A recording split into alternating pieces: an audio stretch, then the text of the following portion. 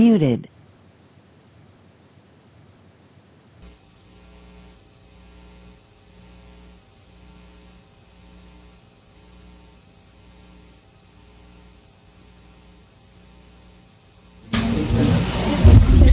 Bueno, señores, ¿listos? ¿Estamos?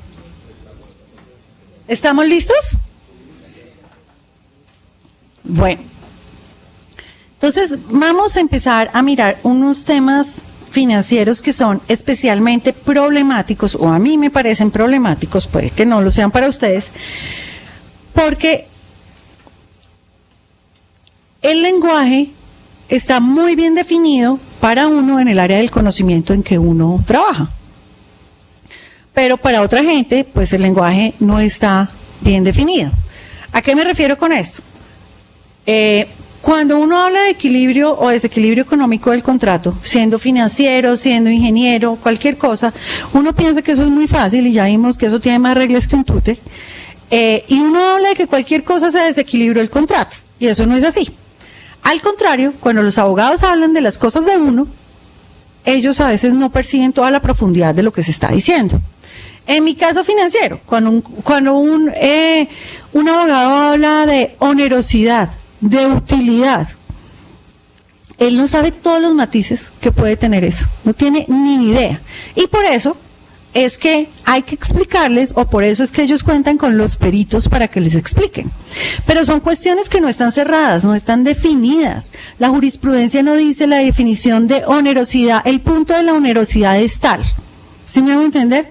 Y es ahí donde uno tiene que entrar a ver el punto donde se rompe la cuerda. Entonces vamos a empezar a ver unas cuestiones que son especialmente problemáticas.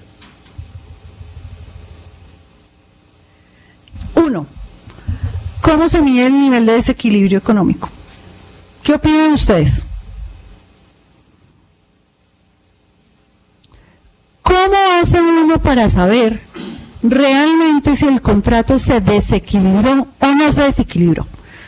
Es decir, esto es como una licitación, donde usted tiene que cumplir unos requisitos habilitantes, que son los que acabamos de ver. Pero después usted tiene que ya calificar, echar los números y dar un puntaje y decir, ¿esto sí pasa o no pasa? ¿Cómo hace usted para saber si hay o no hay desequilibrio? ¿Dónde empieza el desequilibrio económico?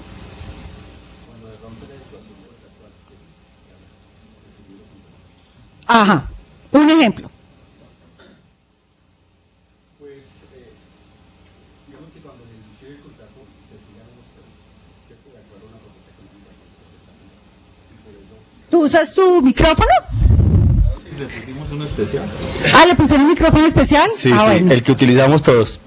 Entonces, cuando el contratista empieza a ejecutar, pueden ocurrir situaciones, hablo en el concepto del contratista, que empiezan a desequilibrar esas condiciones iniciales que se tenían cuando se adjudicó el contrato, ¿cierto? Entonces, depende mucho del término del contrato y depende mucho del tipo de contrato.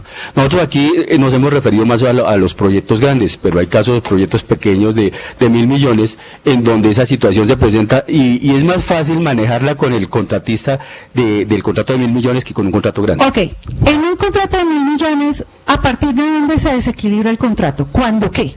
Lo que pasa es que en el instituto se tiene la aplicación de ajustes. En una época teníamos más o menos determinados esos ajustes para qué tipo de contrato se aplica. Mejor no tanto el tipo de contrato, sino el plazo. Pues se decía, para contratos de plazos menores a 6 meses son costos fijos, los mayores a 6 meses son con ajustes, ¿cierto? Entonces, en un contrato que no se le aplica ajustes, el contratista puede alegar más el desequilibrio económico. Claro, pero fíjense que para alegar desequilibrio económico tiene que haber pasado algo extraordinario. O sea, usted tiene que entrar por alguna de las tres. Por hecho del príncipe, o por ius variandi, o por teoría de la imprevisión. ¿Listo?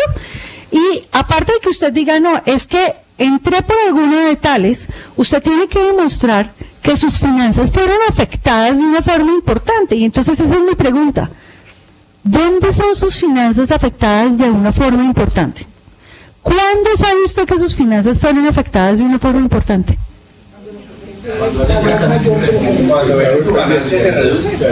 Entonces, tenemos aquí una versión que es ¿cuál? Cuando se reduce la utilidad. Cuando le Cuando toca la afecta su utilidad. capital. ¿Y cuándo afecta su capital?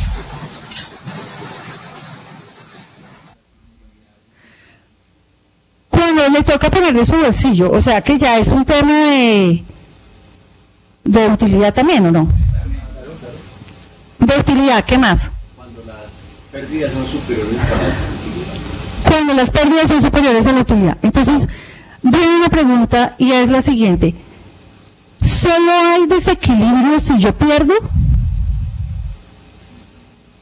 Yo solamente, miren, yo les voy a hacer una aclaración a todos y es, yo no hago estas preguntas porque sean una adivinanza y haya una respuesta correcta. No hay respuesta correcta. No la hay. Por eso es que uno tiene que argumentar. La pregunta es, si hay pérdida, o sea, ¿hay desequilibrio cuando hay pérdida? Lo que pasa es que como el desequilibrio es económico. No solo si el evento lo cuando es produce. pérdida que no es imputable. Cuando es pérdida que no es imputable al contratista. Ok, ¿eso significa que en un contrato de obra la utilidad está asegurada? Si me hago entender, ¿entienden de dónde surge mi inquietud? No está asegurado, porque igual es para pagar impuestos, para ponerle el IVA, pero puede tener mayor Pero- utilidad de la que... No, pero un momento. ¿Está asegurado que yo voy a tener algo de utilidad? Es que ¿Sí? ¿Y entonces en qué consiste el riesgo? pero el riesgo previsible. El riesgo que corre un contratista, el riesgo, no, esta es una pregunta, yo no ponía, el riesgo que corre un contratista no incluye que tú puedas perder. Se presenta Sí. el riesgo, se presenta es probable que le castigue su utilidad, porque si la asumía Ok, entonces, voy a volver a preguntar, ¿quiénes creen que parte del riesgo de un contratista es de pronto asumir pérdida? Pero alcen la mano con orgullo.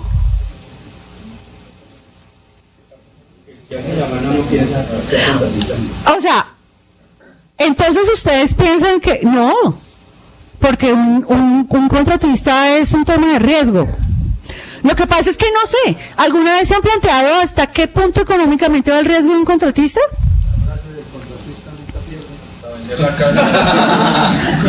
Claro, claro. Eso es la frase, el contratista nunca pierde. Pero entonces, fíjense una cosa. Es decir, un contratista podría llegar a perder.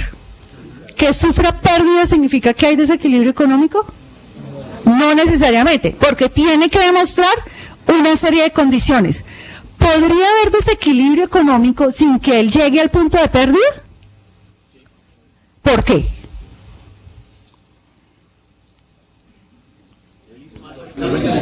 Porque está perdiendo. No, pero fíjate una cosa, no sé si hizo mal sus cálculos. Hay una reflexión que yo me hago sobre el riesgo. Y es el siguiente, el riesgo es riesgo mientras las cosas no han pasado, porque cuando las cosas pasan, pues ya no son riesgos, sino pues que alguien, y usted le está pagando al contratista para asumir un riesgo. ¿Sí? Lo que pasa es que el riesgo puede o no materializarse, pero el riesgo es riesgo mientras no se ha materializado. Cuando ya se materializa, pues dejó de ser riesgo. Ya dejó de ser riesgo. O cuando usted a alguien le asegura que eso no va a pasar, pues no es riesgo. Pero en los contratos de obra, ¿uno le paga al contratista para asumir unos riesgos? Claro, porque por eso existe una matriz de riesgos. Ahora, hay unos riesgos previsibles, y entre esos riesgos previsibles están los riesgos asegurables, o los riesgos asegurados, o esos van por otro lado. Ok. Si un hecho extraordinario si un hecho que lo lleva a pérdida al contratista era previsible, ¿hay desequilibrio? Si un hecho que lo lleva a pérdida era asegurado o asegurable, ¿hay desequilibrio? Te veo pensativa. Claro, es que estas cuestiones son para pensar. Son para pensar, porque hay sentencias donde claramente dice, y recuerden que la mayoría de las sentencias con las cuales nosotros trabajamos son de contratos de obra, en que dice, no, un momento, es que a nadie se le ha asegurado una utilidad. Eso dice el Consejo de Estado, es decir, esto es un negocio donde usted tiene que asumir un riesgo, a nadie se le ha asegurado una utilidad. Pero ojo, me voy a devolver un poco en el tema, y es, lo que se ha dicho en el Consejo de Estado es, si existe un hecho de príncipe o un hecho de ius variandi, acuérdense que esos son actuaciones unilaterales de la administración, que desequilibra el contrato, porque pueden haberlos y no desequilibrar el contrato, que desequilibra el contrato, el Estado o la administración o el que contrata, el contratante, está obligado a restituirle al contratista no solo en un punto de no pérdida, sino además utilidad. Sí, voy a repetir, si lo que desequilibró al contratista fue un hecho unilateral de la administración tiene que restituirle todos los costos y gastos incurridos y la utilidad que esperaba el contratista. Si fue por hecho de príncipe o por ius variandi, eso es lo que ha dicho la sentencia. Una actuación suya unilateral lo afectó, entonces tiene que cubrir los costos y asegurar la utilidad, pero ojo, la utilidad que él esperaba. Supongamos que era un proyecto donde usted se iba a demorar 7 meses y terminó por una decisión unilateral de la administración demorándose 10 meses. En esos 10 meses usted incurrió en unos costos adicionales. La administración dice, usted tiene que reponer esos costos. Pregunta, sobre esos costos de esos 3 meses de más, ¿usted debe reconocer ahí? ¿Se entiende mi pregunta? Vamos a suponer que cada mes costaba 100 pesos. Cada mes costaba 100 pesos y eran 7 meses. Sobre eso, usted iba a poner una administración típicamente de ¿cuánto es? Del 10%. ¿El I de cuánto era? ¿Del 5? ¿Y la U de cuánto era? Del 5%. Eso era un 20%, entonces esto le daba 700 y usted iba a tener por todo esto, el 20% de 700 son 140. ¿Listo? Usted se demora 3 meses más. Esos 3 meses más le cuestan 100 por 3, igual 300. Entonces, como fue un hecho de príncipe o un acto de ius variandi, que fue unilateral en la administración, entonces le dicen, usted está obligado a reponerle los costos y asegurar la utilidad esperada. ¿Cuál era la utilidad que le estaba esperando? El 5% de 700, ¿cuánto era la utilidad? 35. Un contratista, yo doy la contraparte, yo del otro lado digo, no. A mí me da el 20%, me da 60 más. Porque usted me tiene que asegurar la utilidad que yo espero. Entonces, argumente que es la utilidad esperada. Yo no sé, usted está esperando 35, hermano. Incluso yo podría decir, a mí lo que me dice la sentencia es que usted está esperando 35 de utilidad, entonces qué pena. Este 15% es parte de su riesgo y le reconozco estos 300. Y el contratista por el otro lado debe decir, a mí págueme 700 más 140 más 300 más 60. ¿Se entienden los dos criterios? ¿Cuál es el correcto? No hay correcto. Hay punto de vista, el que usted haga. Estas niñas están presentando con los costos de administración allá en los temas digitales. Cuéntamelo todo otra vez. Cuéntamelo todo otra vez. Sí, mira, lo que sucede es que para el tema ambiental hay una previsión de un rubro económico ambiental que es el plan de inversión ambiental. El sentido común del contrato es que Normalmente en el pliego de condiciones el contratista prevé una serie de medidas compensatorias asociadas a unos permisos ambientales que obligatoriamente o generalmente se tienen que dar en la obra. En muchos casos, cuando esos permisos son otorgados, la autoridad ambiental te dice como contratista, tú tienes que ejecutar, o sea, yo te dejo hacer la obra, pero asociada a esa obra tienes que ejecutar unas medidas compensatorias. ¿Qué sucede? Como hay un plan de inversión ambiental, normalmente el contratista ejecuta la medida compensatoria y el instituto devuelve ese dinero como un reembolso de gastos que en algunos casos, porque son algunos pliegos particulares, tienen un porcentaje de administración, que es mal llamado porcentaje de administración, pero pues que digamos que es como decirle al contratista, venga, usted me prestó la plata para ejecutar esa medida compensatoria, yo le devuelvo la plata y como tuvo que hacer un movimiento de plata, hay un porcentaje que se tiene que mover ahí, que el contratista de una u otra manera cobra. Ellos cobran eso adicional a este AIU, es un porcentaje de administración adicional a o sea, fuera de eso. Es decir, voy a ponerlo de pronto en términos inadecuados, pero te piden un reembolso y unos costos adicionales y sobre ese reembolso de costos aplican el porcentaje de la A. Así es. Listo. Es otra diferente. Y el contratista. Que en el caso, discúlpame, Tú tienes micrófono porque lo que estás diciendo es muy importante. Para que lo repitas para todos nuestros compañeros, por favor. Es que, digamos que los reembolsos, los gastos reembolsables para algunos contratos, como decía mi compañera, se perdió, digamos, como un valor para esos gastos adicionales que incurrió el contratista por el préstamo de esa plata, ¿sí? Y es diferente esa a la IU, ¿sí? Porque la IU aplica para los ítems no previstos, para cuando es una obra, por decirlo así. Entonces, la dificultad que tenemos ahorita es cómo definir qué va en esa A, ¿cierto?, de los gastos reembolsables. Ok. Pues tú eres ambiental, me dijiste, ¿verdad? Además, porque, espérate. Que no prevé ni previsto ni utilidad. Exacto, los gastos reembolsables no están sujetos a porque es muy claro que es un préstamo que le da así. Pero hay algo que sí debes tener. Claro. Vale 1.000 pesos, un arbolito vale 1.000 pesos y le cobra al instituto, oiga, mira, aquí está la factura del arbolito que vale 1.000 pesos. No me da administración, no me da imprevisto, no me da utilidad.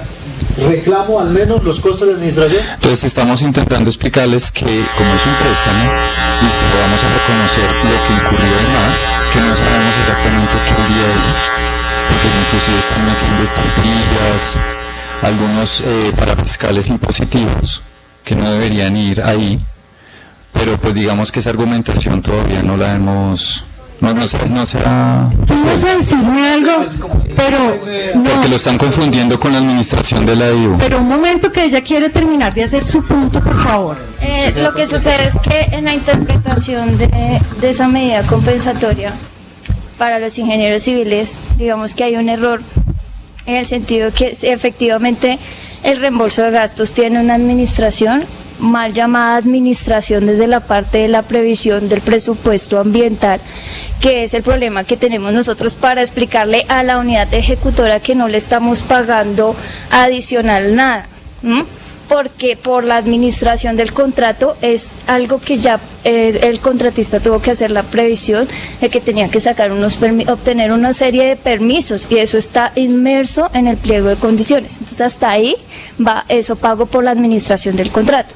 Pero si el contratista tiene una medida compensatoria que no estaba prevista, porque pues si bien yo tengo que sacar un permiso, no sé qué va a decirme la autoridad ambiental respecto a ese permiso, que digamos que ya se está repitiendo en una serie de contratos, pero pues no es la garantía de lo que pasó en este contrato. La autoridad me va a decir que pues porque ambientalmente se ve de diferentes formas. Esa parte, pues el contratista de una u otra manera nos está prestando el dinero para cumplir con esa medida compensatoria. pues hay que devolverle, que es el dilema que tenemos, como dice Carlos Andrés, no sabemos cuánto es a ciencia cierta pues lo que se tiene que devolver, porque ellos definen, hay contratistas que te dicen, eso es un reembolso de gastos y la administración es de un 30%, pero explíqueme tributariamente cómo, y hacen una serie de explicaciones, No. la bala la interventoría y chao, se fue así. No, pero bueno, yo ahí digamos de pronto porque las finanzas son mi área precisamente y a veces le toca a uno aquí volverse filósofo de las finanzas, aunque eso suene muy chistoso. Y es, no para nada.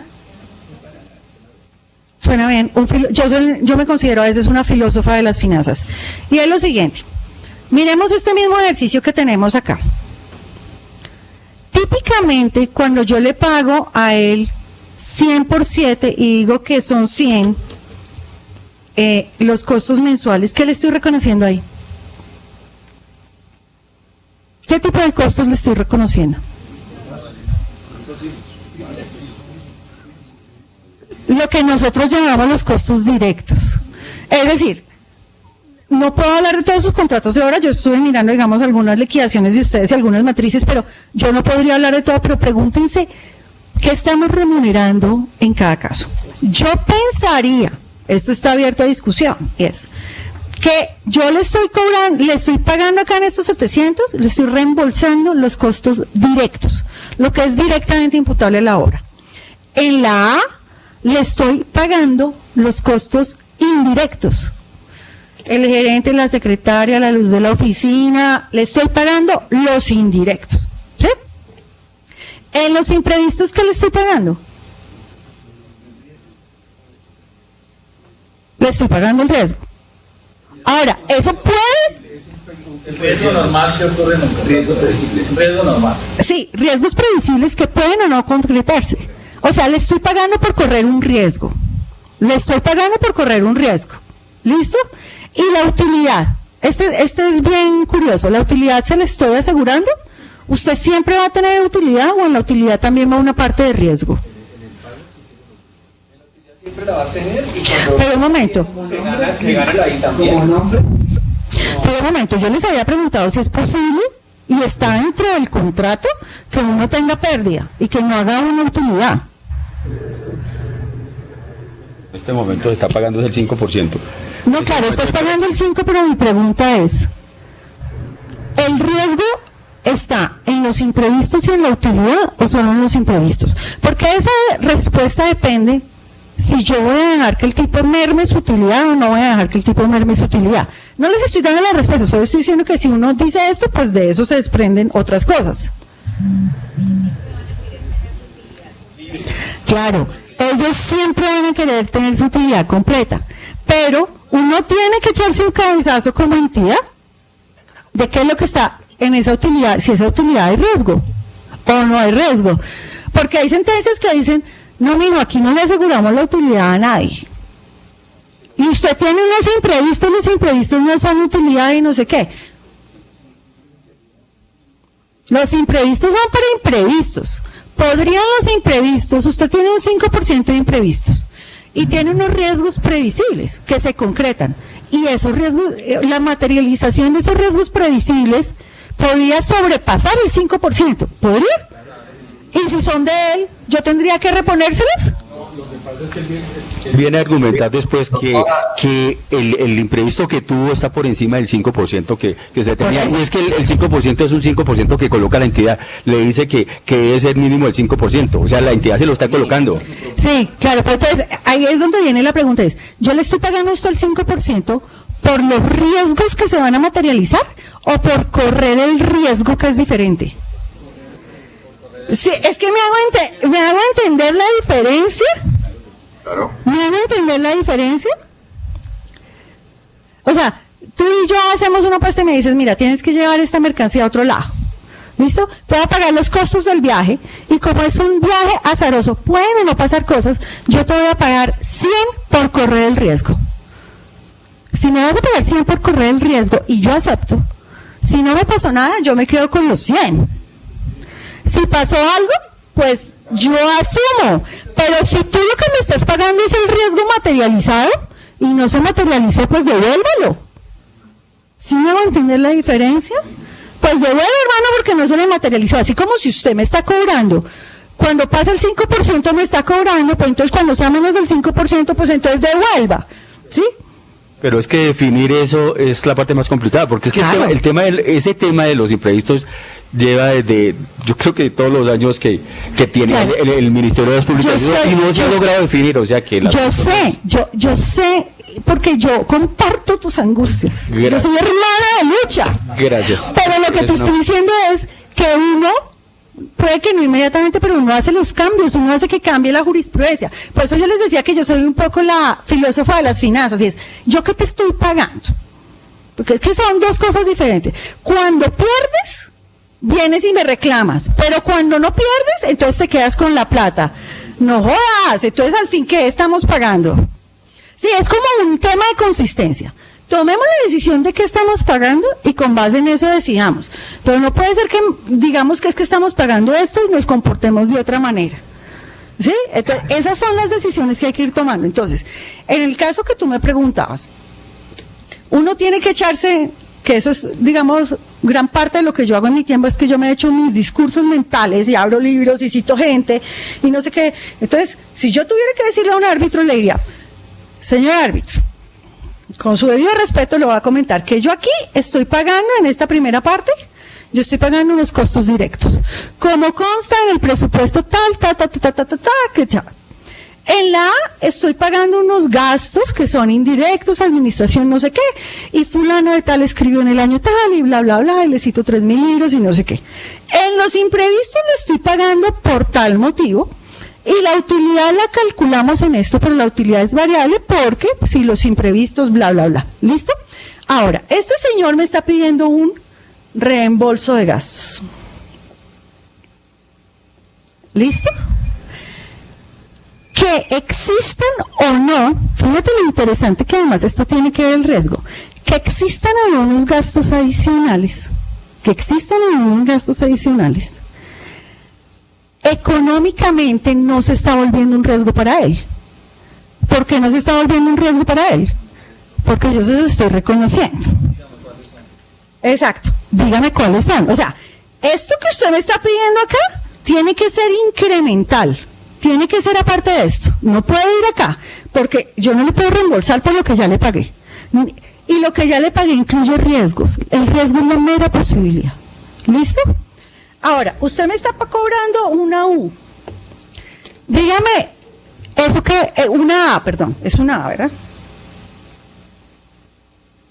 Dígame, ¿esa A qué es? Entonces, me dice, es que yo le presté la plata. Ah, ¿es un préstamo de plata? ¿Cuánto tiempo? Y miremos las tasas de interés. No me venga que el 30, o sea, el 30, ¿de dónde? Si le estoy prestando la plata, miremos a cuánto presta el sistema bancario la plata. ¿Y cuánto tiempo fue eso? Y yo con mucho. Ah, ¿qué es que fueron impuestos? Demuéstreme esos impuestos que son incrementales a lo que ya debe ir acá. Es decir, yo, pues, no sé, de pronto porque tengo esa potestad o esa posibilidad y de pronto porque es mi estilo, yo siempre le digo, claro, con muchísimo gusto, pero explícame. ¿Esto de qué es? Mándame los soportes. Gracias. Entonces, tú siempre pregúntale, y siempre hasta le pregunta, ¿qué es lo que estoy pagando? ¿Qué es lo que estoy pagando esto? Ah, entonces miremoslo así. ¿Estoy pagando lo otro? Listo, préstame los recibos. No hay por qué hacer un 30%, porque es que fíjate que una administración del 10% de pronto hasta tú lo podrías sustentar mirando la estructura de costos y gastos de la industria. Pero un 30% sobre un reembolso de gastos, porque te acostumbraste pues a vivir de la administración.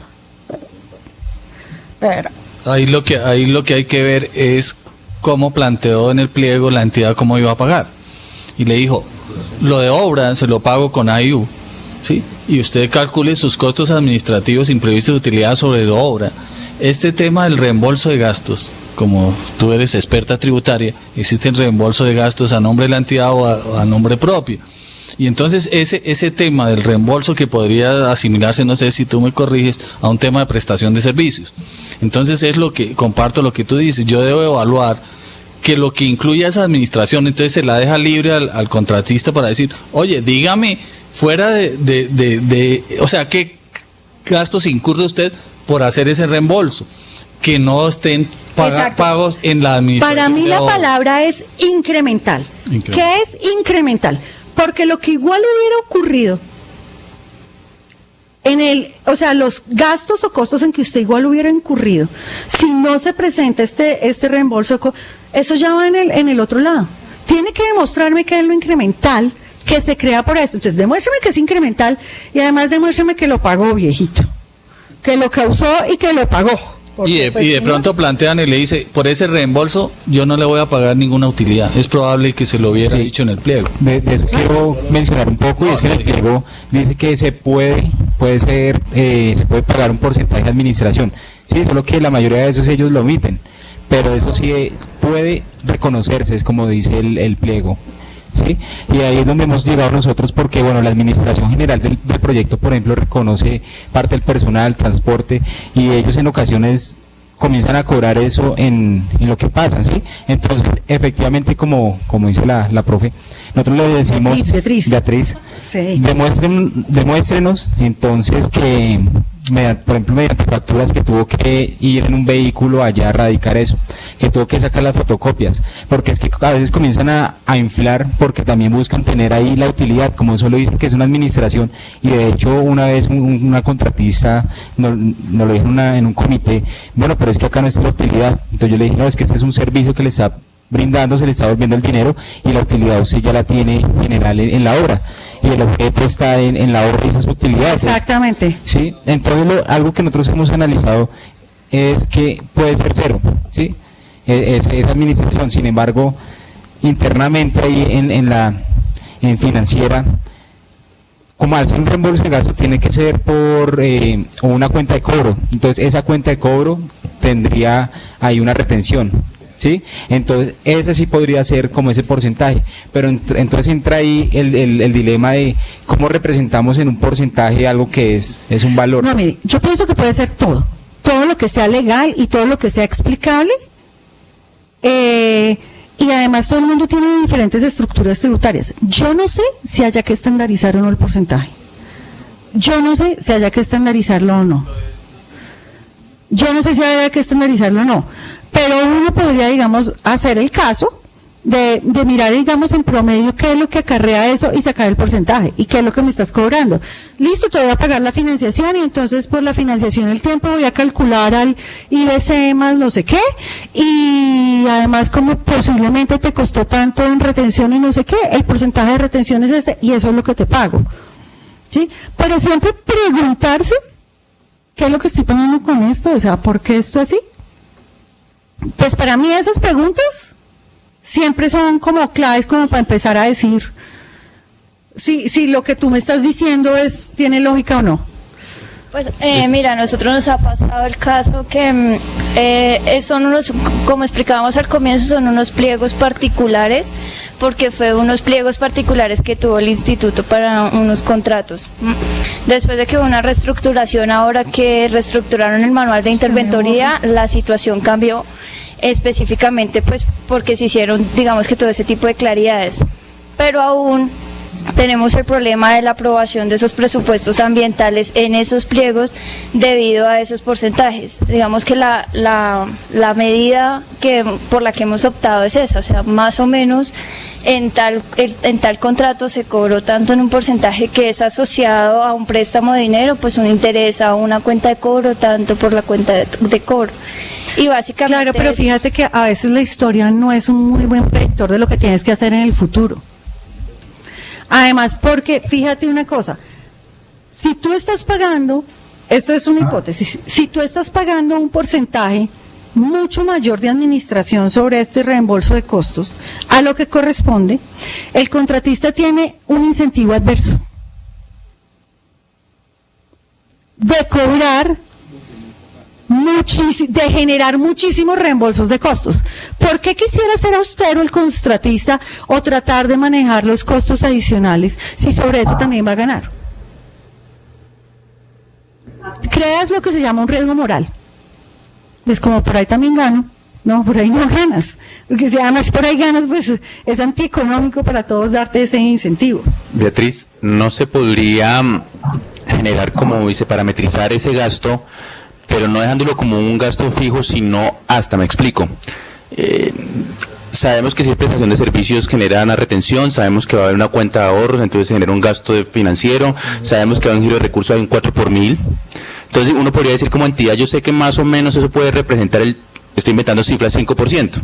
Entonces establece esa cifra, pero que deje la entidad, es decir, la entidad reconocerá hasta el 5%. Es decir, si él solo me demuestra el 3, le pago el 3. Ahora bien, si él supera el 5, no se lo reconozco como un riesgo de él. Claro, y además pues yo pienso que sí, sin conocer el caso a fondo, ¿no? Porque no vayas a tomar lo que yo te estoy diciendo, pues porque mi nivel de ignorancia es mucho y pues es terrible, o sea, desde la ignorancia opinar tanto. Pero lo que yo diría es que además tienes unos costos fijos y unos costos variables. El costo de la transacción siempre es el mismo, entonces tú puedes incluso decir, te reembolso tanto en plata más el tanto por ciento de, sin exceder no sé qué. Beatriz, lo que pasa es que ella habla de un pliego, hay pliegos de pliegos. En un pliego, en el tema de reembolsos, se le reconocía en ese pliego al contratista unos honorarios por esos reembolsos. En el siguiente pliego ya dijeron, no le reconozco ningún honorario por ese reembolso y solamente le reconozco los gastos administrativos adicionales. No estaría de acuerdo con que la administración sea cero por cuanto el contratista tiene que cancelar al menos la prima de las garantías únicas y claro. Entonces ese mínimo se lo tengo que reconocer porque claro, ese mínimo se lo tengo que reconocer. Lo que hablaba José Luis. Usted me iba a decir algo. Digamos que bueno, nosotros hemos pedido el desglose de cada uno de esos, qué es lo que va a cubrir ese porcentaje de administración. No tenemos como referenciar, decirle si esto cabe o solo incluimos o no lo incluimos. Se supone que todo lo que es gastos reembolsables tiene que pasarse por una cuenta de cobro, ¿cierto? Una cuenta de cobro que no sé, y mi pregunta, ¿está sujeta a alguna retención? Sí, pero depende del régimen de cada cual. Depende del reembolso. Sí. Bueno, esa es mi primera inquietud, porque porque para mí sería, le devuelvo la plata que me prestó, ¿cierto?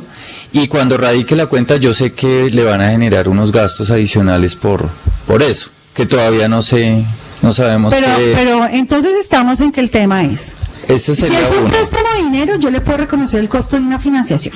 Sí. ¿Listo? Por el tiempo. ¿Listo? Si se generan unos gastos bancarios, se los reconozco, y si se generan unas retenciones, puede que todas las retenciones no sean iguales, pero digamos, en general la operación es típica, o sea, es más o menos, yo le reconozco también ese porcentaje de retención. Y con eso, yo estaría...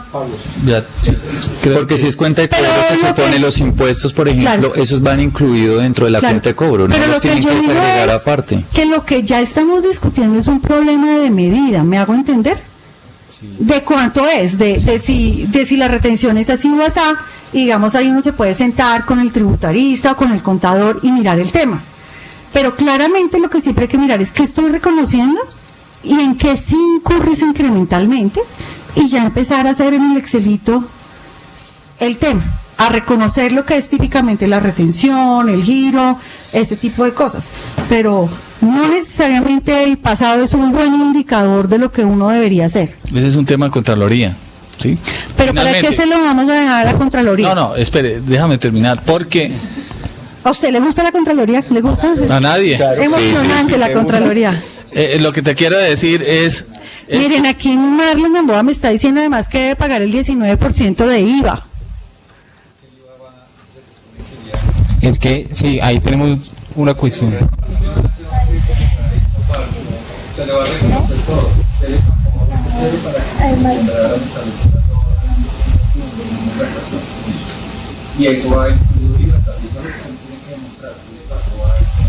Exactamente. Beatriz. Me está diciendo Marlon Gamboa, por favor, alza la mano. ¿Quién es Marlon Gamboa? No está en la pantalla. Pero me está diciendo que además le tengo que reconocer el 4 por mil. Sí, señor, es que, claramente. Es que, por ejemplo, en el caso del IVA, hay algo que se analizaba, era el efecto cascada que ocurría, ¿no? que si el contratista pagaba el IVA y después se le reconocía y la entidad también pagaba el IVA, es el tema por el cual se presenta una cuenta de cobro y no una factura, porque la factura sí estaría vinculada al pago de IVA y además afectaría la utilidad ahí directamente. Pero muchachos, yo les propongo que el tema de exactamente cuál es el porcentaje, digamos, no lo abordemos, y sobre el tema de IVA, que tenemos además una conversación, hay que andar la conversación pendiente. Yo ya modelé una cascada de IVAs, con muchísimos gustos se las puedo enviar además para que miren un poco el tema de cómo funciona, porque tuve que modelar el tema del IVA del asfalto. Entonces, todo eso se los puedo pasar también para que lo miremos. Pero no sé si en algo tu inquietud quedó... O sea, yo sé que el trabajo queda pendiente, pero sí, yo sé que el trabajo queda pendiente. Sí, es un trabajo de cuantificación y de preguntarnos exactamente qué. ¿Sí me hago entender? Pero el trabajo sigue pendiente. Pero no sé si ya tienes más idea de por dónde cogerlo. No, me va a decir no. No. Beatriz, me gustaría no, que les pues, aclarara, digamos tú como que- tributarista les aclarara que el reembolso de gastos hay dos opciones. Una en la cual la hace a nombre de la entidad y no tiene ningún honorario. Esa parte que reembolsa para los pagos de la entidad no genera ningún IVA ni ningún tema tributario. Cuando el reembolso ocurre, unos honorarios ya produce una retención y un impuesto, ¿sí? Y ahí es la diferencia para los dos casos, o sea, lo que están exponiendo. Entonces, así es. la entidad le dijo, usted lo que gaste, no le voy a dar ningún honorario ni ninguna, digamos, en cierta utilidad, luego usted no tributa, ¿sí? Y ese es el concepto del tributarista, ¿sí?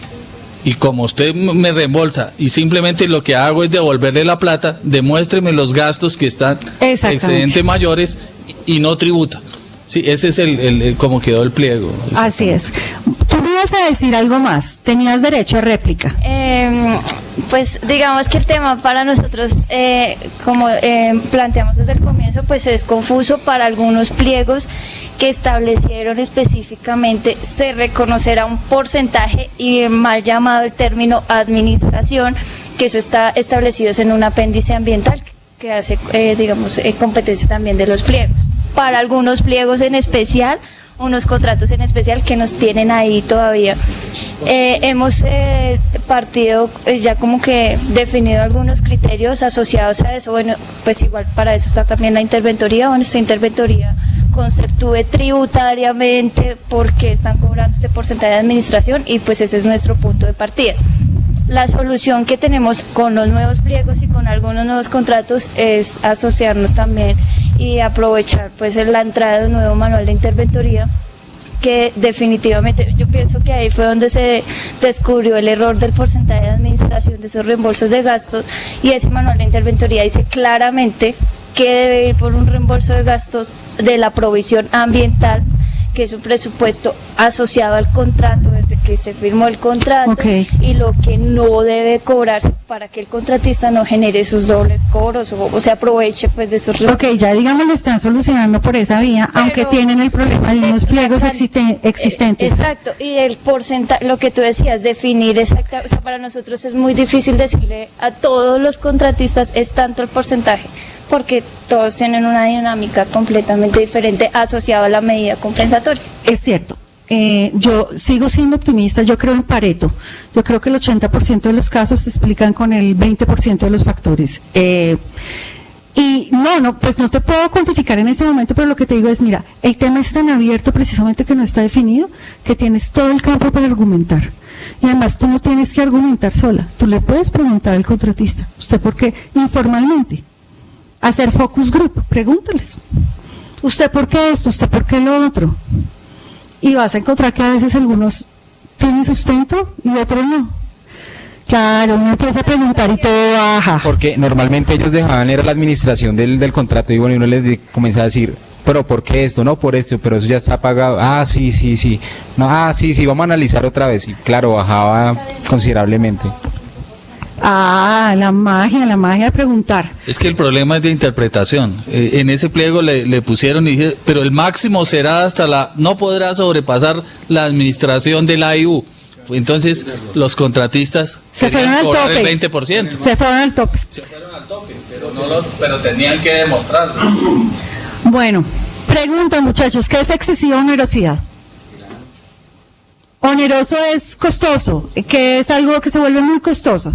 Uno de los términos favoritos que uno encuentra en desequilibrio económico es demuestre excesiva onerosidad. ¿Cuándo es excesiva una onerosidad? Cuando sale muy caro. ¿Y cuándo sale muy caro? Por encima del precio del mercado. ¿Perdón? Por encima del precio del mercado. Por encima del precio del mercado.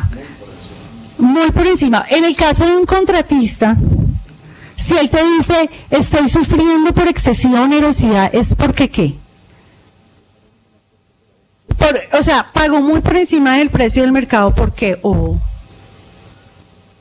Digamos el desequilibrio visto desde el contratista. Todo viene desde el estudio de mercado. Cuando uno hace un estudio de mercado, cuando está estructurando el pliego, pues ya tiene unos parámetros que le dan a uno una indicación de cuando el contratista está, pues, valga la redundancia, por encima de esos costos que ya se estudiaron, digamos, en ese estudio de mercado. Ok. Y ¿qué es muy por encima? Es que recuerden que todas estas preguntas van a que todo esto lo tenemos que convertir en plata, y como la jurisprudencia ni nada dice cuánta plata es, muy por encima es que se come la utilidad, que se come el imprevisto, que es más del 20%. Una actividad que... Ustedes ponen en los mapas de riesgo, en las matrices de riesgo, qué variación de precios debe soportar el contratista, ¿verdad? En algunos casos. ¿No? ¿Me lo estoy inventando? ¿Qué variación de precios debe soportar? Una opinión. Hacemos por los índices de daño, nosotros nos referimos. Ok.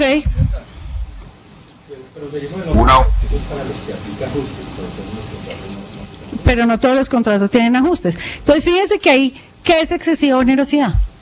Ese es otro de los temas problemáticos que hay por discutir. ¿Dónde está el riesgo en la ecuación financiera? Creo que ese ya lo tocamos, ¿no? ¿Cuál fue la conclusión? ¿Dónde está el riesgo en la ecuación financiera de ustedes? La ecuación financiera de ustedes es que hay unos costos, más un porcentaje de administración, más un porcentaje de imprevistos, más un porcentaje de utilidad. ¿Dónde está el riesgo de la ecuación financiera de ustedes? En el imprevisto. ¿En la utilidad no hay riesgo? Pues eso es una opinión. Lo que yo estoy diciendo es una opinión. No, pero ¿de qué si yo lo único que hago es preguntar? No les digo que yo soy una fanática de la pregunta. Sí, el riesgo que yo le reconozco y la utilidad sería la parte. Listo. Esta ya también la miramos. Si se debe restaurar el equilibrio económico del contrato, ¿hasta dónde restituye económicamente? Entonces, ya voy a reiterar que se ha dicho que cuando es un hecho de príncipe o cuando estamos ante potestas variandi o ius variandi, debo restaurar los costos y la utilidad que esperaba el contratista. Cuando es teoría de la imprevisión,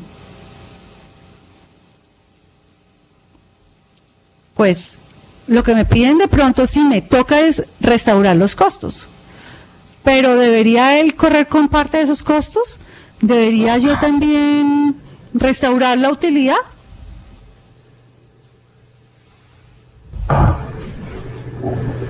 Ese es un tema que es bastante polémico. Típicamente le piden a uno, cuando le piden que restaure el equilibrio económico, devuélvame los costos y deme mi utilidad. Como si él no tuviera tenido nada que llevar del riesgo. Y hay gente además, hay demandas en que dice devuélvame los imprevistos. ¿Cómo devuélvame los imprevistos si los imprevistos eran para imprevistos? O sea, creo que algunos contratistas se acostumbraron a que el imprevisto es parte de la utilidad. Perdón. Todos los contratistas se acostumbraron. No, el imprevisto es para que usted corra el riesgo. Y riesgo significa que se lo puede ganar o lo puede perder o puede perder incluso más del imprevisto. Ese es también un bonito tema para abordar. Bueno, y aquí viene la última pregunta. ¿Qué tienen que ver el daño emergente y el lucro cesante con el desequilibrio económico del contrato y cómo se tienen en cuenta para restituir el equilibrio?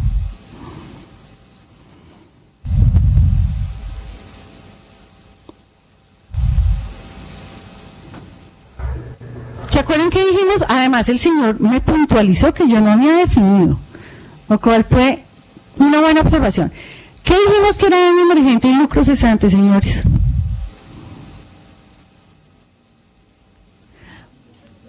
¿Comentarios desde la distancia? ¿Qué era daño emergente y qué es lucro cesante? ¿Se acuerdan el ejemplo que di?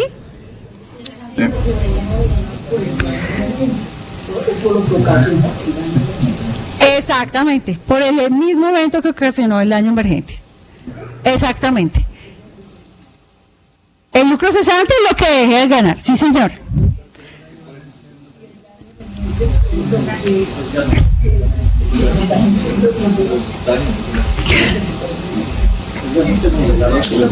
El daño emergente es lo que me costó el daño. Lo que me costó el daño incrementalmente. Incrementalmente. Lo que, si no hubiera ocurrido ese daño, no me hubiera costado. ¿Ok? Eso hay que tenerlo en cuenta. Entonces, en mi ecuación económica, o en mi restitución del equilibrio económico del contrato y todo eso, yo es claro que pago el daño emergente. Es claro que pago el daño emergente si logran demostrarme que pues tengo que pagarlo. Lucro cesante. ¿Contractualmente hay alguna disposición para pagar lucro cesante?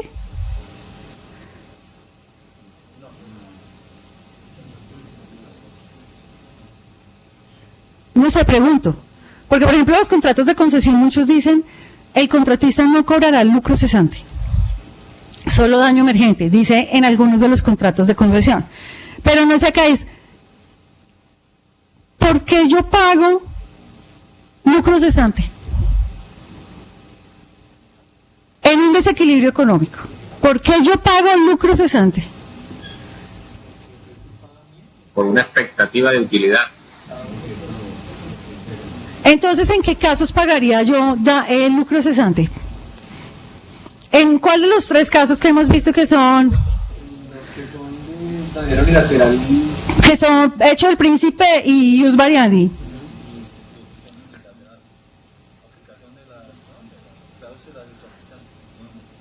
Ok, ¿y cómo demuestro yo un lucro cesante? ¿A ustedes alguna vez les han demostrado un lucro cesante? Yo he visto relaciones donde nos piden, donde nos mandan, por ejemplo, un listado de la maquinaria que está sin servicio. Pues que yo creo que igualmente la estarán utilizando en otra obra, pero nos manda el listado de maquinaria, de, no sé, de gastos sobre todo de elementos de obra, y nos pasa un listado del periodo en el que está en desuso o el que está cesante. Eso es. Ok. Saca toda la maquinaria. Eso, a mí me encantan los lucros cesantes, me fascinan los lucros cesantes, porque yo no le he encontrado lógica al lucro cesante. Es decir, lo siguiente, su máquina quedó parada y entonces usted me manda este mes 80 volquetas supuestamente detenidas. Exacto, 80 volquetas detenidas. Y yo digo, pero este mes de volqueta ya lo pagué. ¿Para qué me manda este mes de volqueta? ¿Ese mes de volqueta no lo había pagado ya? ¿No es la misma volqueta? Es la misma. Pero, listo, ¿cuál es el lucro? Entonces, entremos en la discusión filosófica. ¿Cuál es el lucro cesante de la volqueta? ¿En qué consiste? Pero el lucro Que cesante... no está produciendo, pero no tenía que producir ahí. Pero el lucro cesante se puede dar que después se les requiere mayor tiempo de esas volquetas posteriormente y que dejan de trabajar de pronto en otro proyecto. Eso es diferente. Eso es diferente.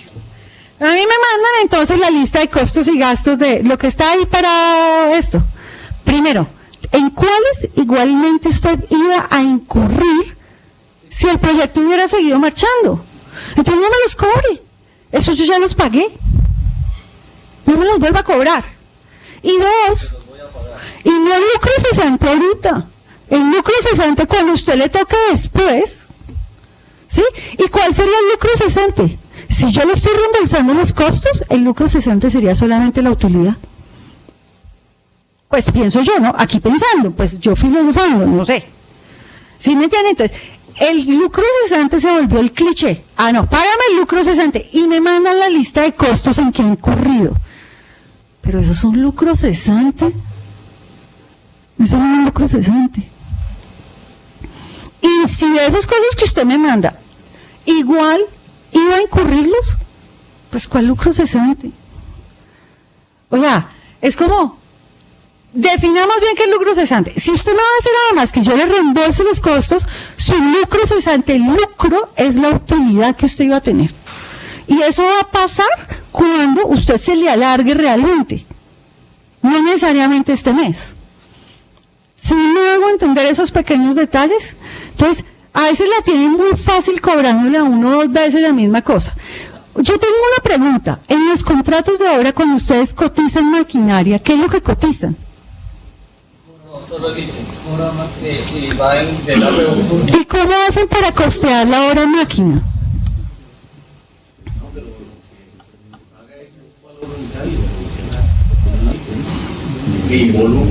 Pero claro, pero fíjate lo interesante es, de un equipo comprado, de un equipo alquilado, de un equipo, de la operación del equipo, del seguro del equipo, no lo sé. Es que esas preguntas me las hago yo porque les voy a dar un ejemplo. A mí, por ejemplo, todos nuestros proyectos, al contrario de los de ustedes, que no funcionan por ahí, funcionan con base en unos flujos de caja.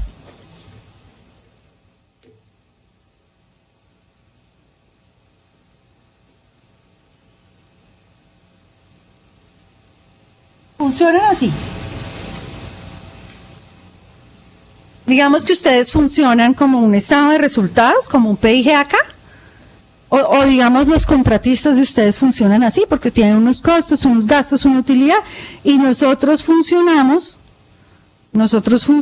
de esta manera, con un flujo de caja. Nosotros solo pensamos en caja. ¿Cuál es la diferencia entre caja y causación? ¿Han pensado en eso? Les voy a dar un ejemplo. La depreciación es algo que aparece en el estado de resultados, pero no es caja. Es una ficción contable que dice es que la máquina se está desgastando y yo creo que se va a tal ritmo. Pero eso, solo caja. Entonces miren lo que me pasa a mí.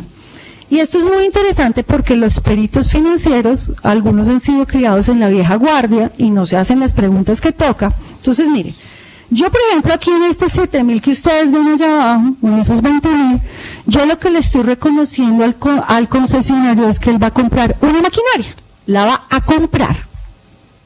Y estoy reconociendo el flujo de caja. Es del concesionario si él la compra, si él la arrienda, si él la financia, eso es problema de él. Pero el proyecto necesita una máquina, y la máquina hay que comprarla. Y la máquina va a costar 7.000 y hay que comprarla en tal mes para que rinda. Entonces después llega y separa la obra, el ente eximente de responsabilidad, entonces me llega, que págame los costos y los gastos. Dígame cuáles son. La depreciación. Yo digo, pero a ver, miremos una cosa, es decir, yo ya te pagué la máquina completa una vez. ¿Cómo te la pagué? Porque yo te la reconocí ahí en la remuneración. Entonces, si la máquina vale 1.000 y yo te reconocí los 1.000 en lo que te voy a pagar de peajes y vigencias futuras, yo te reconocí los 1.000. Y ahora tú coges los 1.000 y me lo distribuyes en 10 años de a 100. Entonces, me vas a cobrar la máquina vía allá y vía depreciación. Y además después me dices que es que tengo que pagar el leasing del banco. Me estás cobrando la misma máquina 3 veces. ¿Cómo me vas a cobrar la misma máquina 3 veces? O me cobras la máquina, o me cobras la financiación, o me cobras la depreciación. Pero además la depreciación no es un costo contable, pero entonces me dice, es que la máquina se deprecia. Sí, pero si la máquina vale 1.000, la máquina no se puede depreciar más de 1.000. Una máquina por durar más tiempo en obra no se va a depreciar 1.200. No, una máquina de 1.000 no se puede depreciar 1.200. La máquina se te va a depreciar igual. Otra cosa es que me diga, oye, lo que pasa es que como yo paré la maquinaria, me tocó pagar un garaje, me tocó pagar mantenimiento adicional. Eso es diferente. ¿Cómo me vas a cobrar la depreciación? La depreciación es una ficción contable, la depreciación no ocurre, yo ya te pagué la máquina. Entonces ahí uno le tiene que poner pispicia a la cosa. Uno siempre decir, ¿qué es lo que me estás cobrando? Realmente, ¿por qué es lo que me estás cobrando? Porque le cobran a uno la misma cosa 2, 3, 4 veces. Entonces, ¿listo?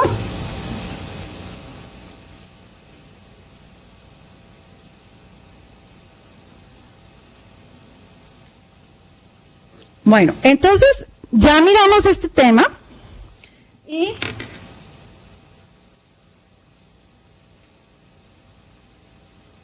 esto es más o menos el esquema que hemos venido viendo con ustedes, ¿verdad? Que son, hay unos costos totales, administración, imprevistos, y esa es la forma como típicamente funcionan las cosas para ustedes. Estamos claros en que el IVA solo se cobra sobre la utilidad, ¿verdad? El IVA solamente se cobra sobre la utilidad.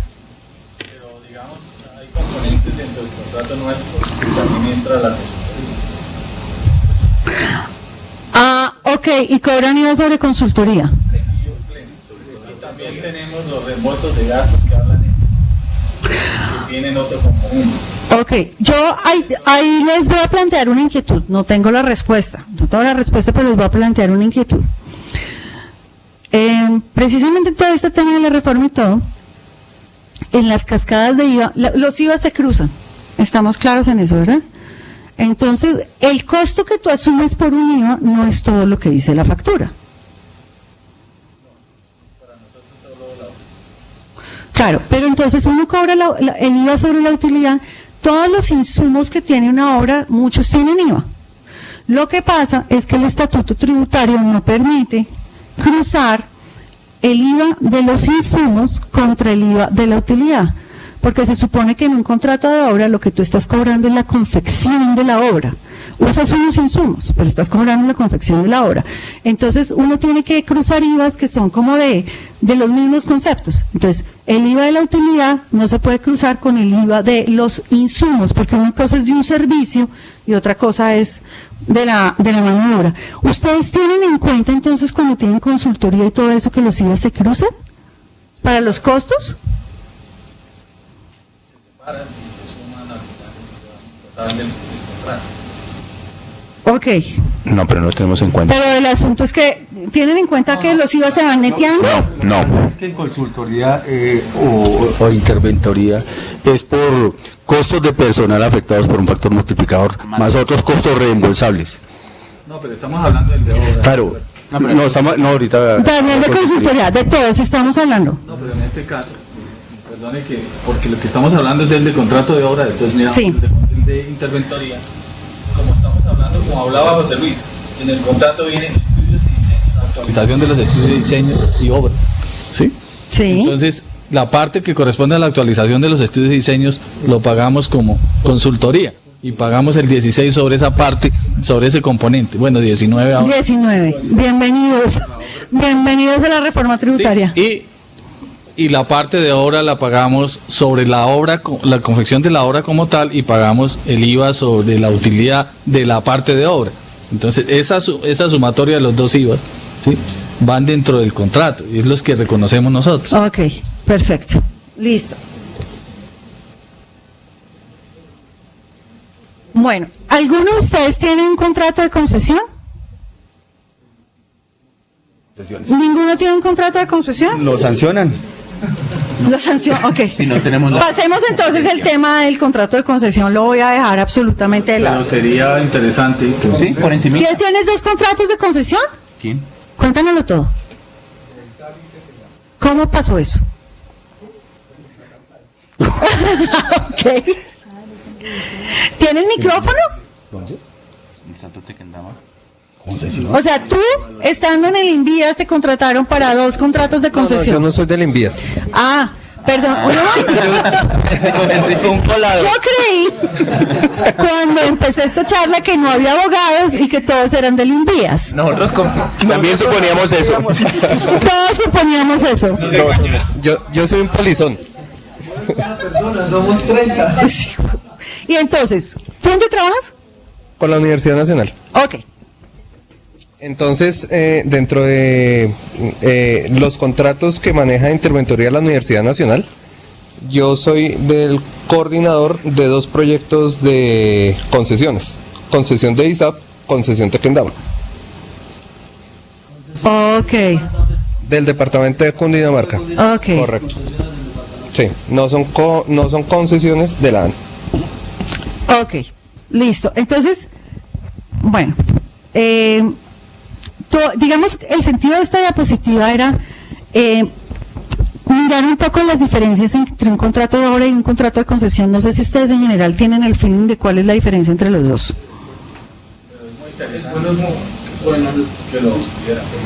¿Ustedes saben cuál es la diferencia así, intuitivamente entre las dos cosas? Sí, la conservación de la plata, el contrato de obra, el Estado pone toda la plata, en la concesión la pone conjunta, la pone en particular y Estado. Claro, pero digamos, tú le das en un contrato de obra típicamente un anticipo al Estado, un anticipo al contratista. Y le vas pagando, digamos, con una base mensual, ¿listo? Es decir, tú realmente lo que le estás pagando es la confección y de alguna manera le estás reembolsando los costos, digamos, en general. En un contrato de concesión tú le contratas un paquete completo y es un negocio financiero. Entonces nosotros trabajamos, fíjense que ustedes ven un presupuesto de obra y ustedes lo ven en una sola columna. Ustedes ven las cosas en una sola columna, muy larga, porque va por maquinaria, por mano de obra, por insumos, pero en una columna muy larga. Para ustedes es como si solo existiera un momento del tiempo. Para nosotros existen muchos momentos del tiempo y lo proyectamos solamente con base en flujos de caja. Entonces, uno de los retos que nosotros tenemos, digamos, con el tema del equilibrio económico del contrato, es que la mayoría de sentencias son hechas para contratos de obra. Entonces, cuando la sentencia dice, es que si el Estado, si ocurrió un hecho de principio, usted además tiene que asegurar la utilidad. Dice, ¿dónde está la utilidad en un contrato de concesión? Eso no es tan fácil extrapolar el tema. Nosotros lo que tenemos es unas rentabilidades y unas tasas de descuento. Pero entonces, ¿se acuerdan que yo les pregunté, ¿dónde está el riesgo en un contrato de obra?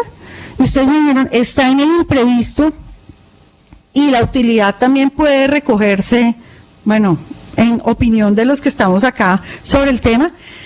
El riesgo en un contrato de concesión está en la rentabilidad, en la tasa de descuento que se usa. Y esa es una de las cosas que más peleamos, que dicen, asegúrenos una rentabilidad. No, yo no me aseguro esta rentabilidad, porque toda la teoría financiera dice que cuando yo le pago a usted una rentabilidad, le estoy reconociendo muchos factores, entre ellos el riesgo. Entonces, digamos, ese es uno de los temas y de los retos que tenemos, es que funcionamos de una manera totalmente diferente y la jurisprudencia viene del contrato de obra. Entonces la gente nos dice, no, pero es que en el modelo financiero proyectamos tal cosa. Entonces yo le digo, en el modelo financiero proyectamos una cosa, pero existe el riesgo. Y el riesgo, y ojo, ahí va, asumir el riesgo, a usted se le pagó en la rentabilidad. Entonces fíjese una cosa, cuando se materializa el riesgo, usted no puede venir a cobrarme de nuevo. Usted no puede esperar que yo le dé una rentabilidad antes de que ocurra algo, y cuando ocurre algo, le reembolse la plata. ¿Sí? Ustedes me entendieron ese argumento. Ok, listo. Pero la mayoría de los peritos no lo tienen tan claro.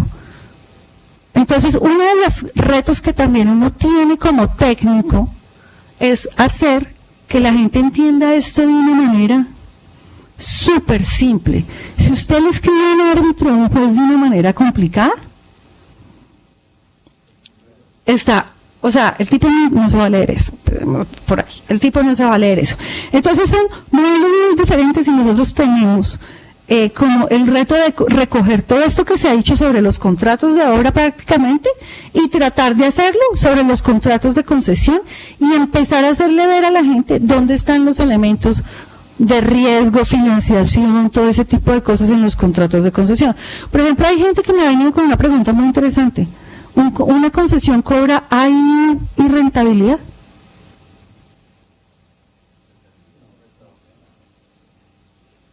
¿Y no hay AIU?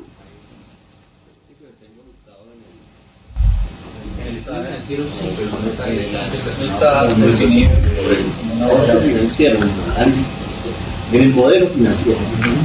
Entonces, además, miren otro reto que yo tengo. Cuando yo hago adiciones a los contratos de concesión, a veces los hago como un contrato de obra. Haga esto, yo le pago tanto y va a ser tanto, no sé qué. Y hay gente que después me dice, ¿y mi utilidad?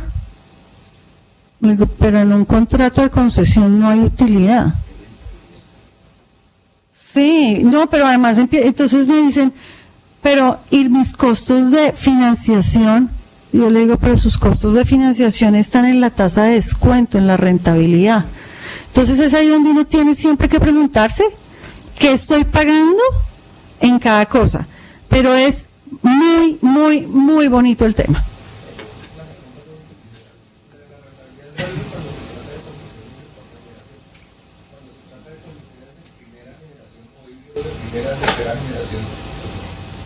¿Cómo se maneja el tema del AIU y la rentabilidad? Ok. En un contrato de concesión no hay AIU, no explícitamente. Es decir, entre el Estado, entre la agencia y el concesionario no hay AIU. Esta terminología no existe. Jamás. ¿Cuál era la pregunta? Se me olvidó. Les pido disculpas. Cuando se trata de concesiones de primera generación. Ah, ok. Las concesiones de primera generación tienen ingresos asegurados. Ingreso mínimo garantizado, sí. Ingreso mínimo garantizado. Pero entonces cuando hay una adición de contrato, ¿sí debería haber AIU? ¿O yo se lo estoy reconociendo por el ingreso mínimo? Nunca, yo, Beatriz Lopera, nunca he visto una AIU. Nunca he visto una AIU. Incluso pequeñas adiciones que se hacen con una tasa de descuento. Ese es otro tema que tenemos ahí con la terminología, y es que todo el mundo le dice la rentabilidad TIR, pero las TIR y las tasas de descuento son dos cosas diferentes, y los árbitros tampoco saben la diferencia. Siempre hay una tasa de descuento de por medio. No verás ningún contrato de concesión ni de primera generación ni nada que diga AIU. Ahora, ¿qué es lo que pasa? ¿Dónde está el truco? Como tú decías, y es entre el Estado, la agencia en este caso, y el concesionario hay una rentabilidad o una tasa de descuento que se reconoce, pero la concesión contrata a un EPCista. Entre ese EPCista y el concesionario media un contrato de obra, por decirlo así, que funciona con AIU. ¿Me van a entender? Es como una cascada. El que le construye al concesionario le cobra una AIU. El concesionario me cobra a mí, no con AIU, sino simplemente estos van a ser mis costos y tengamos en cuenta el valor del dinero en el tiempo. Entonces, primera generación era ingreso mínimo garantizado, y ese ingreso mínimo garantizado, pero los modelos igual, los contratos tenían una tasa de descuento. Segunda generación había una tasa de descuento, no me acuerdo que se pactó porque solo queda vivo uno, que es Malla Vial del Valle del Cauca, y acaban de declarar nulidad de lo que quedaba, el otro sí. En tercera generación había algo que se llamaba ingreso real, y empezaron algunos temas de valor presente, ingresos por peajes, y que es lo que existe en cuarta generación ya. Entonces, pero siempre hay una tasa de descuento y nunca vas a ver una AIU en el tema, o yo no lo he visto. Puede que en algunos adicionales, pero en los que me ha tocado ver no he visto ninguno. Eso es entre el EPCista y el concesionario. Eso va hasta ahí. Sí, sobre todo en los adicionales, porque cuando son obras adicionales no están incluidas dentro del modelo financiero.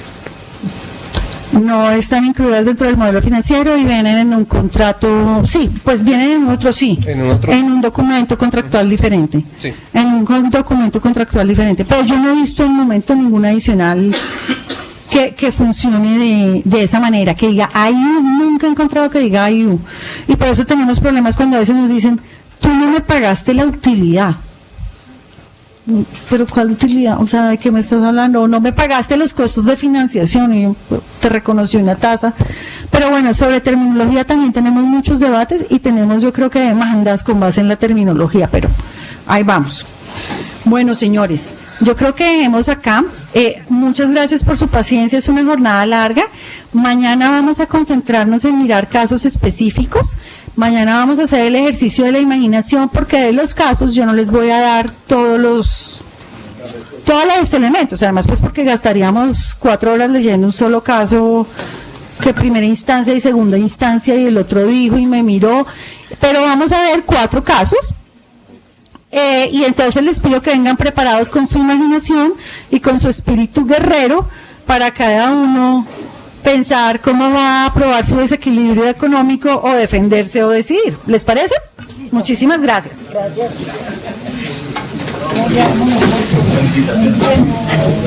Gracias. Pero tenemos que sentarnos a ver nuestros archivos de IVA. El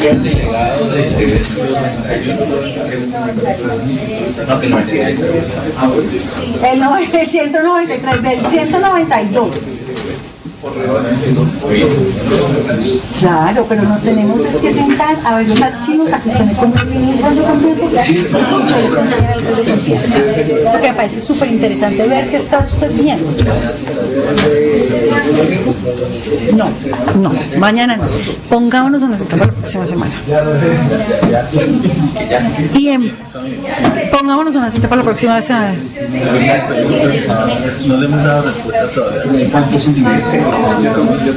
Pero sabes que hay varios conceptos, ¿no? Les hemos contestado y estamos abonando.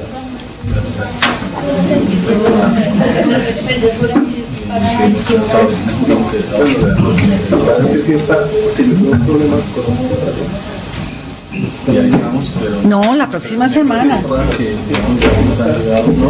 Podríamos decir reclamaciones, pero sigue una subida Claro, así empieza siempre. Así empieza siempre, con una insinuación de oiga, ¿usted qué está pensando?